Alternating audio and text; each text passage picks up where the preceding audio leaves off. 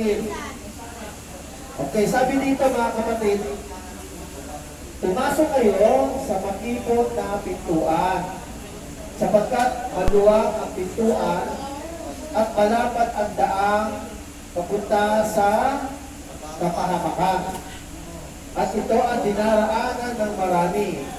Verse 14, ngunit makipot ang pintuan at makitid ang daang papunta sa buhay. At kakaunti ang nakakatagpo niyon. Ano ibig sabihin nun? Ano ibig sabihin nun? Sabi dito, pumasok kayo sa makipot na pintuan. So pinaliwanag ni Jesus, ang makipot na pintuan ay makitid ang daang papunta sa buhay. Ang makipot na pintuan ay yung mahirap matagpuan yung buhay, sa madaling salita. Dahil po raw ang maluag at ang pintuan na malapad, yun ay daan papunta sa kapahamakan. At ito ang dinaraanan ng marami. Mga kapatid, sinasabi lang ni Jesus na ang pintuan na makipot ay mahirap pumasok dahil patungo sa buhay. Kakaunti ra nakakatagpo nun. At yung pintuan malapad, inilalarawan ni Jesus ay ang papunta sa luwag o luwag ng kapahamakan. Tatanungin ko po kayo, ano ba ang madaling gawin? Ang gumawa ng masama o ang gumawa ng mabuti? Ang mahirap gawin. Ano ba tanong ko? Ang mahirap gawin? Ano ba tanong? Ang mahirap gawin o ang madaling gawin? Madaling gawin? Sigurado kayo ang gumawa ng mabuti? Mahirap po. Actually, hindi yun ang sinasabi ni Kristo.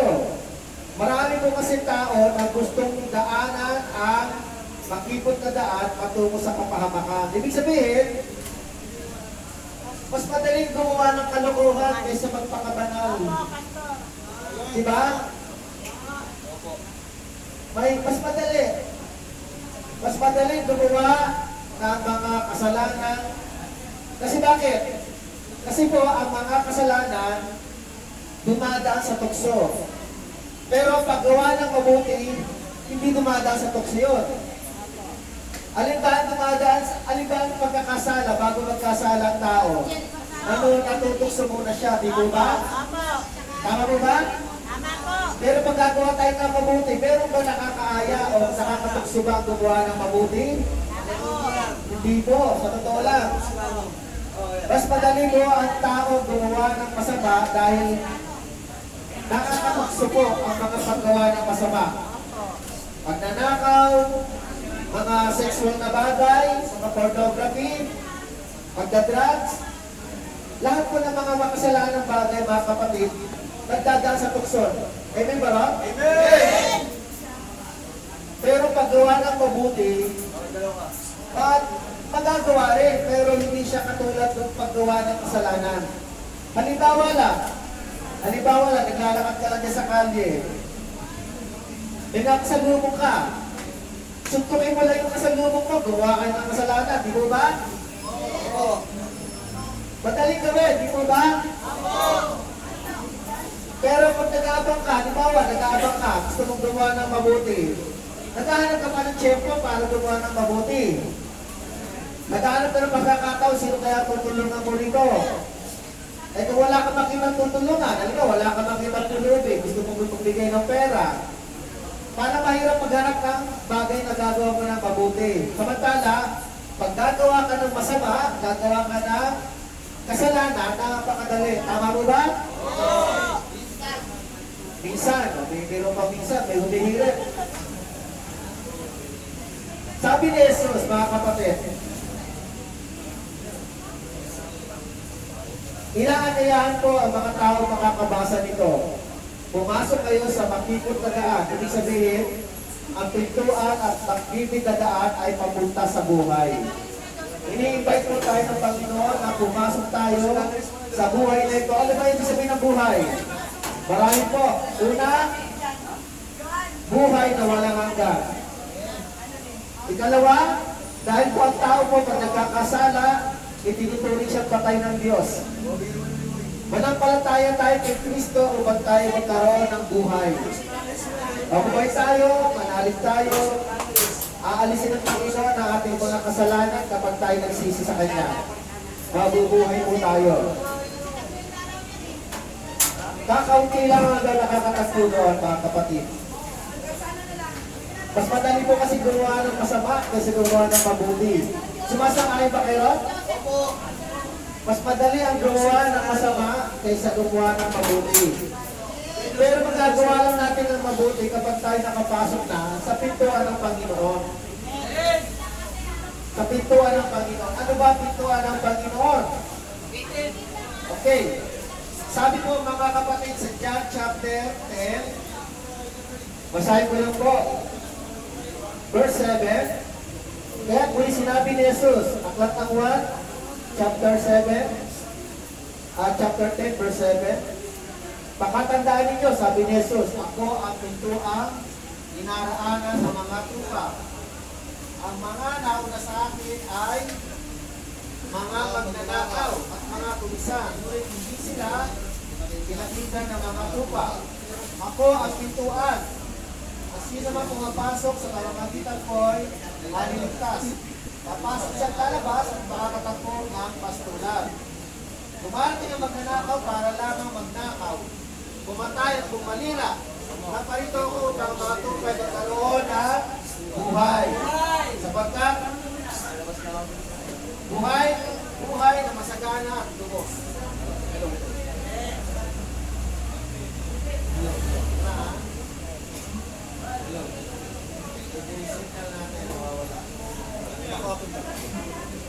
Nakaon. Dali lang ha. Tapat mo sa kayo kaya. Yung ano.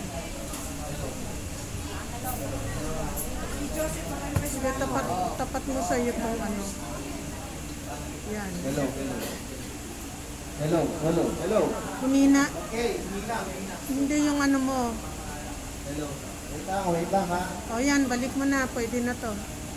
Hello. Pwede na. Okay, hello. Doon na, pwede na. Okay.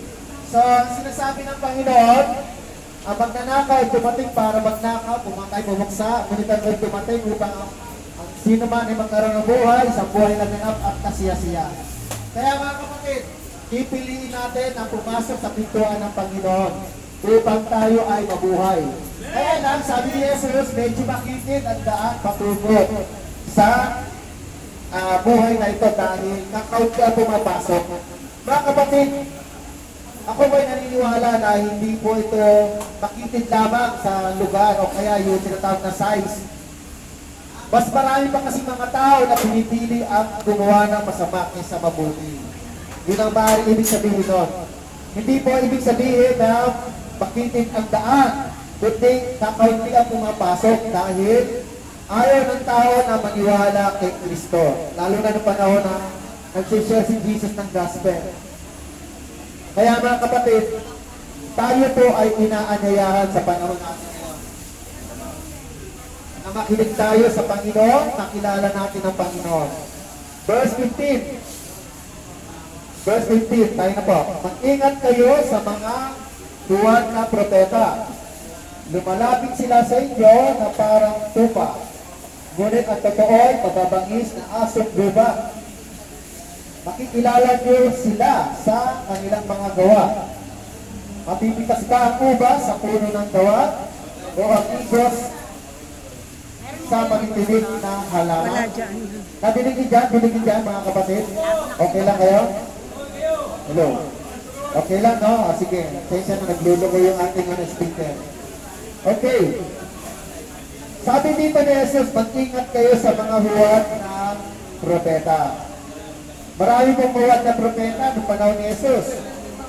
Marami pong nangangaral, pero hindi totoo mangangaral.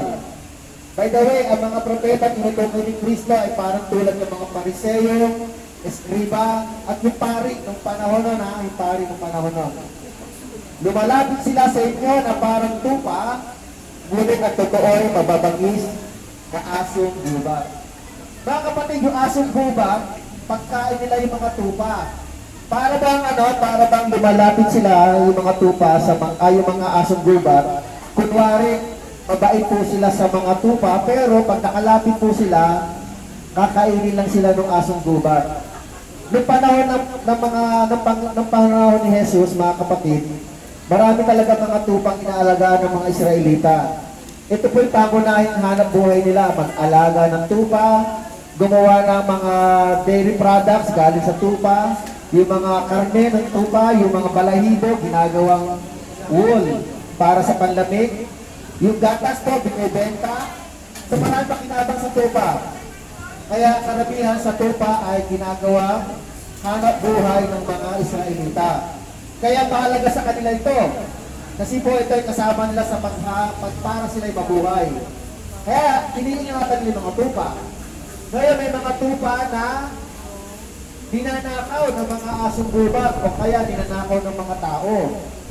Kaya literal po ito. Pero spiritually speaking, ang mga tupa na tinutukoy ni Jesus ay yung mga Israelita. Yung mga Israelita na tinuturuan ng Panginoong Jesus na may mga tao nagtuturo na hindi totoo. Yung pala, lalapit lang sila para sila ay lapain.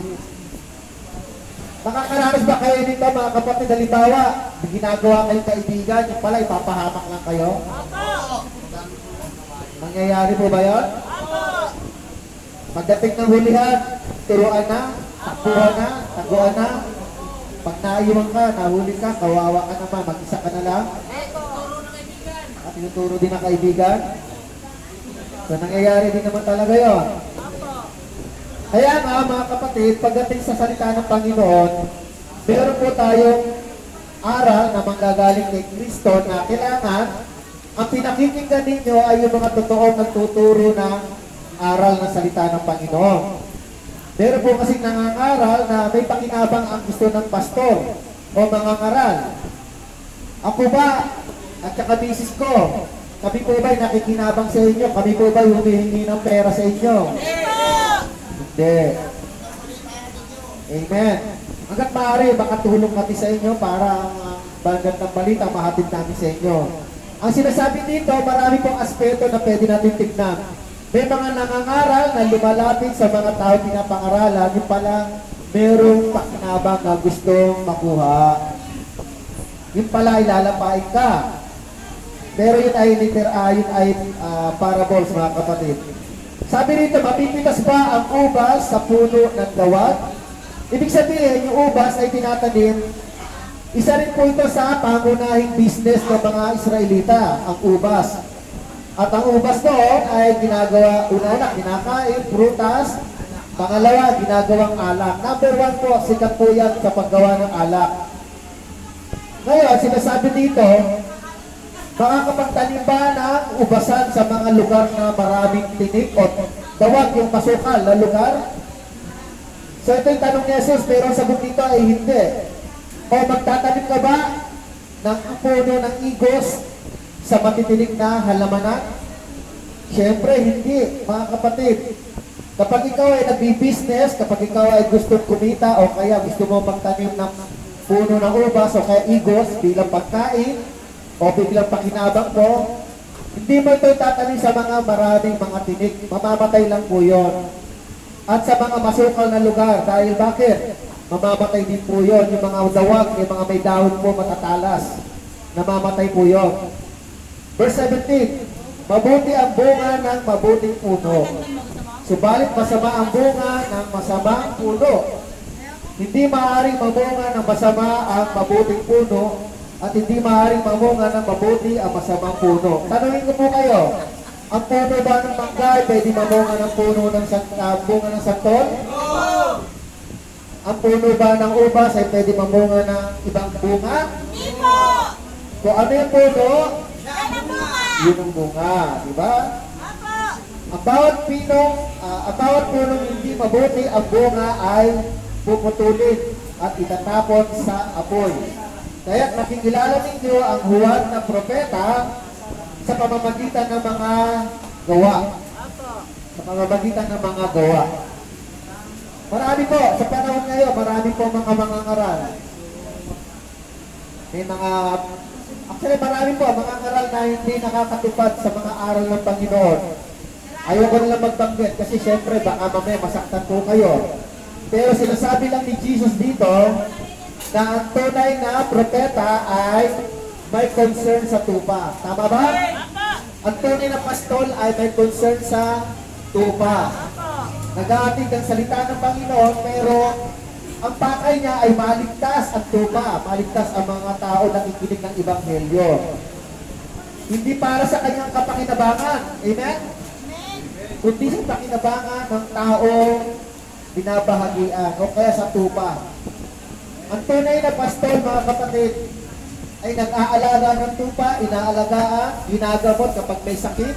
Ilalagyan ko ng lagi sa ulo para hindi dapuan ng mga insekto. Katulad nung sinabi ni King David sa Awit chapter 23. Ginagamot, inaalagaan, dinidisiplina.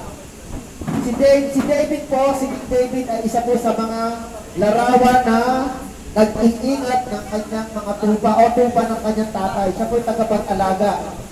Hanggang sa isang araw ay ginawa siyang hari ng Diyos para mangalaga ng mga Israelita. Ngayon mga kapatid, ang tanong, paano nyo makikilala ang tupa? O paano nyo makikilala ang tunay na mga ngaral? O tunay na propeta? Ang tunay na nagsasalita ng salita ng Panginoon, paano nyo makikilala? Sabi kasi rito, kaya makikilala ninyo ang mga huwag na propeta sa pamamagitan ng kanilang mga gawa. Sa pamamagitan ng gawa, makikilala yung mga huwag. Ano ba ibig sabihin ng huwag? Ano ibig sabihin ng huwag? Huwag. Ano ibig sabihin? Ha? Huwag. Huwag ay yung ano? Teke. Teke, yung mga huwag. Hindi totoo. Diba? Kaya nga minsan sabi rito, yung mga tupa ay mga shepherd o kaya mga nagpapastol, nakadabit daw tupa. Pero sa loob-loob ng kanyang puso ay parang asong tuba na nagnanais na lapain yung tupa. Alam niyo po mga kapatid, ang tupa po ay nakakakilala ng boses ng kanyang shepherd. Ang tupa po ay nakakakilala ng boses ng kanyang pastol. Ngayon ang tanong, sino ang kailangan natin magpastol sa ating kaluluwa? Sino? Ha? At Diyos? Sino pa? Sino yung may karapatang mag-shepherd o kaya magpastol ng ating buhay, ng ating kaluluwa? Si Lord lang. Okay, basahin po natin. Ang sinasabi dito. Basahin natin yung unang Pedro chapter 2 verse 24 hanggang 25. Page 302. Basahin po, Brad. Page 302. Unang Pedro. Sa kanan, 302. Hello. Hello.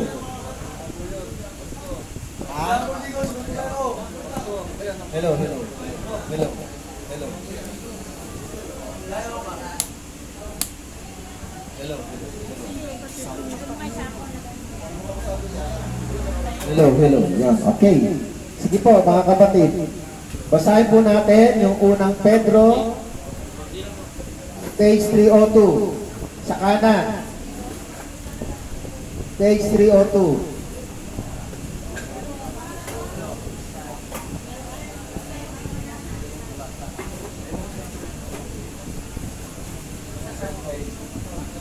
Okay.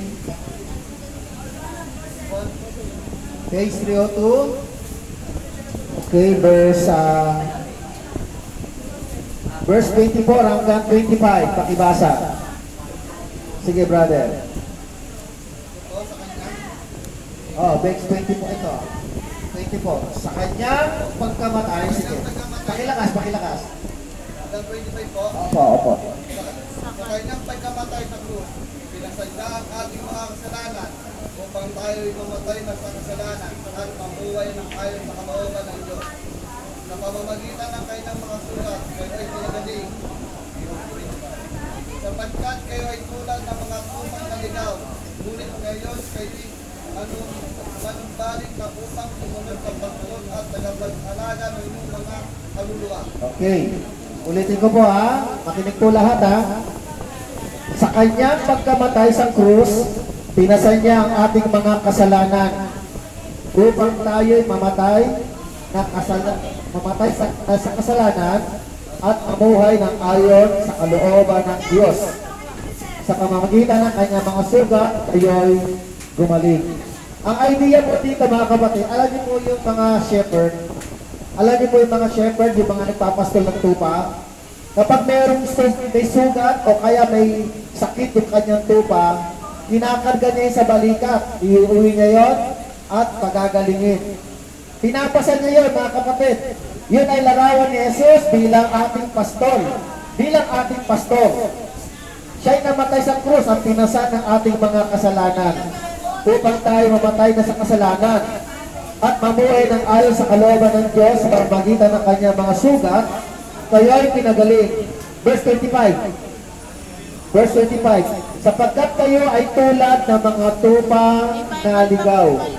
Ngunit kayo'y nanumbalik na upang sumunod sa pastol. Anak tayo. Sino yung pastol? Sino yung pastol at tinutukoy dito? Si Jesus. Okay.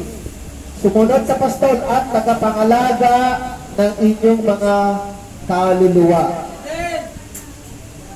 Mga kapatid, ang salitang pastol sa salitang Romano, by the way, ang salitang Romano, kung tawagin dyan, ay salitang Latin. Naaalala niyo ba yung salitang Latin?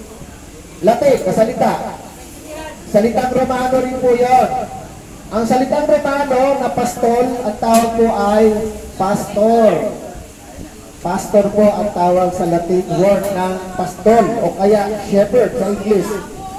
Ngayon, ano raw yung pangangalagaan ni Jesus? Tanungin ko po kayo. Ano yung inaalagaan ni Jesus sa atin? Ano yung inaalagaan? Nadinig nyo, kasasabi lang. Ano yung inaalagaan sa atin? Kaluluwa. O, tupa, kanina yun. Pero ngayon lang. Kaluluwa. Ngayon lang. Ano yung inaalagaan sa atin? Ano yung inaalagaan ni Jesus? Kaluluwa po. Kaluluwa. Mga kapatid, pag tayo po ay namatay, ang katawan natin ay mabubulok sa lupa. Ang espiritu natin, ang hininga natin, sabi sa Ecclesiastes 3, verse 20, 21, and 22, ang ating espiritu hininga natin galing sa Diyos, babalik sa langit. Ano ang maiiwan? Tatlo po yung component natin, katawan, kaluluwa, at espiritu. Ano maiiwan? Kaluluwa. Tama mo ba? Okay, ulitin ko po. Ecclesiastes 3, verse 20, 21, hanggang 22. Ang ating espiritu, pag namatay po tayo, ay babalik sa langit. Dahil galing to sa Diyos, itong hininga natin. Yung ating katawan, pag namatay tayo, ay mabubulok sa lupa. Amen? Ang tao po ay may tatlong component. Katawan, espiritu, at kaluluwa. So, ano ang matitira? Kaluluwa. Ngayon, ang kaluluwa po, yan ang pumupunta sa impyerno at saka sa langit. Yan ang pumupunta sa impyerno o kaya sa langit. Ngayon, ang langit po, sino ang pintuan ng langit? Si Kristo. Tagapag-alaga ng ating kaluluwa. Kaya nga kapatid, huwag ninyong babaliwalain ang aral ni Jesus. Ang buhay natin dito, maaaring hanggang 70 years old lang tayo. Hanggang 80 years old. Mamamatay at mamamatay po tayo kahit abutin ko pa ng 100. Pero ang buhay na walang hanggan, milyong taon, hindi ka mamamatay, kaya nga walang hanggan. Hindi ka na mamamatay kapag ikaw ay dinala ng Panginoon sa langit. Kaya lang ano ang dinadala ng Panginoon? Kaluluwa. Ang kaluluwa natin ang may pakiramdam, hindi ang katawan. Okay, ang kaluluwa natin ang may pakiramdam. Halimbawa, mga kapatid, ulitin ko po ha, example lang to. Halimbawa, buhay tayo ngayon, di ba? Halimbawa, ikaw ay sabihin natin, sugatan ka ng kutsilyo. Halimbawa lang, nagdugo. Di ba masakit yun? O ngayon, halimbawa, namatay tayo, humiwala ang kaluluwa sa katawan. Ngayon yung kaluluwa bumagsak, sugatan mo. Aaray ba yun? Bakit? Patay na. O ngayon, ibabalik natin yung kaluluwa dun sa katawan. Muli, sugatan natin ulit yung katawan na buhay. Aaray ba yun? Bakit? Buhay. Ano ang nakakaramdam ng sakit? Kaluluwa, katawan. Ha? Ano? Katawan. Katawan daw. Ano sa inyo? Alam mo na eh. Kaluluwa, tama. Kaluluwa ba? Kaya kapag tayo sinusunog sa impyerno, kaluluwa na susunog, umaaray ang tao. Lucas 16:19-31. Walang hanggang sakit. Hindi hihinto ang sakit ang paso ng iyong kaluluwa. Ang problema, hindi na uubos ang kaluluwa. Lucas 16:19-31. Yung Hades. Yung mayaman napunta sa Hades, mainit. Hindi namamatay ang uod. Kaya kapatid, kung ikaw ay nagmamalasakit sa iyong kaluluwa, ilagay mo ang iyong pagtitiwala kay Jesus na siyang nangangalaga ng inyong kaluluwa.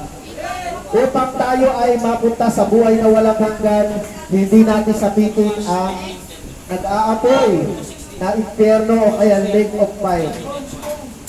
Tanda po natin, minsan binabaliwala lang natin ito. May mga tao pag namamatay, maaalala nila yung aral ng Biblia. Lucas 16:19-31, naalala niya yung aral ng Biblia. Kaya lang, nasa impyerno na siya. Wala na, huli na. Kahit may mag-pray pa sa kanya, wala nang silbi ang panalangin para sa mga kaluluwa. Wala po nakalagay sa Bible.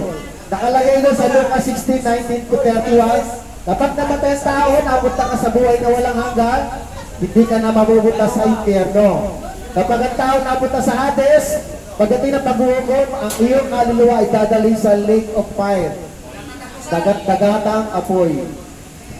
Kaya kapatid, wala ka ng chance mabuhay para sa buhay na walang hanggan. Isa na lang ang chance mo, mabuhay ka, pero nagdurusa ang iyong kaluluwa. Gusto niyo ba yun? Gusto niyo ba yun? Ang inyong kalagayan dito pang samantala lang yan. Hindi yan pang matagalan. May mga tao po ako na life sentence ang mga hatol pero 9 years lang nakalaya na galing sa Muntinlupa. Bakit po? Dahil ang gusto ng Panginoon, magkaroon kayo ng kalayaan. Piliin niyo ang kalayaan kaysa habang buhay kayo nariyan. Amen? Kaya itulog ninyo ang buhay ninyo, ipagkatiwala ninyo ang inyong buhay kay Jesus. Amen! Okay, manalangin ako. Meron ba may sakit? Papanalangin natin. Nakuha niyo po? Naintindihan niyo po? Okay, sige po, manalangin po tayo. Sigit natin mga mata natin. Diyos Ama.